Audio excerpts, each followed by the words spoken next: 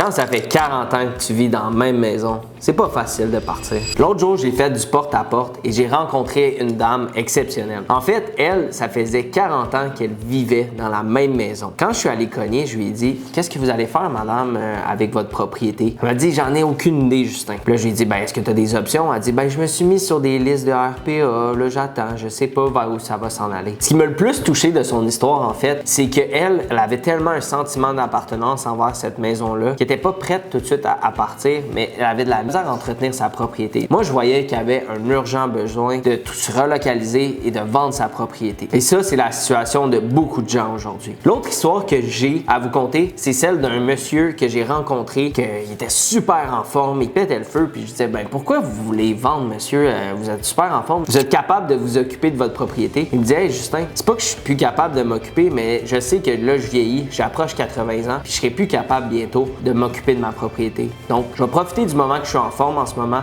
pour déménager et vendre ma propriété. Sinon, selon vous, lequel de ces deux options-là fait plus de sens? Parce que pour moi, d'attendre au moment qu'on n'est plus capable pour déménager, c'est vraiment pas le bon moment, ou de déléguer ça à sa succession, c'est un fardeau qu'on laisse à nos enfants ou à nos proches de devoir vider notre maison, de devoir vendre, mais en le faisant en avance, ben, on laisse un beau cadeau, un bel héritage à nos proches qu'on aime.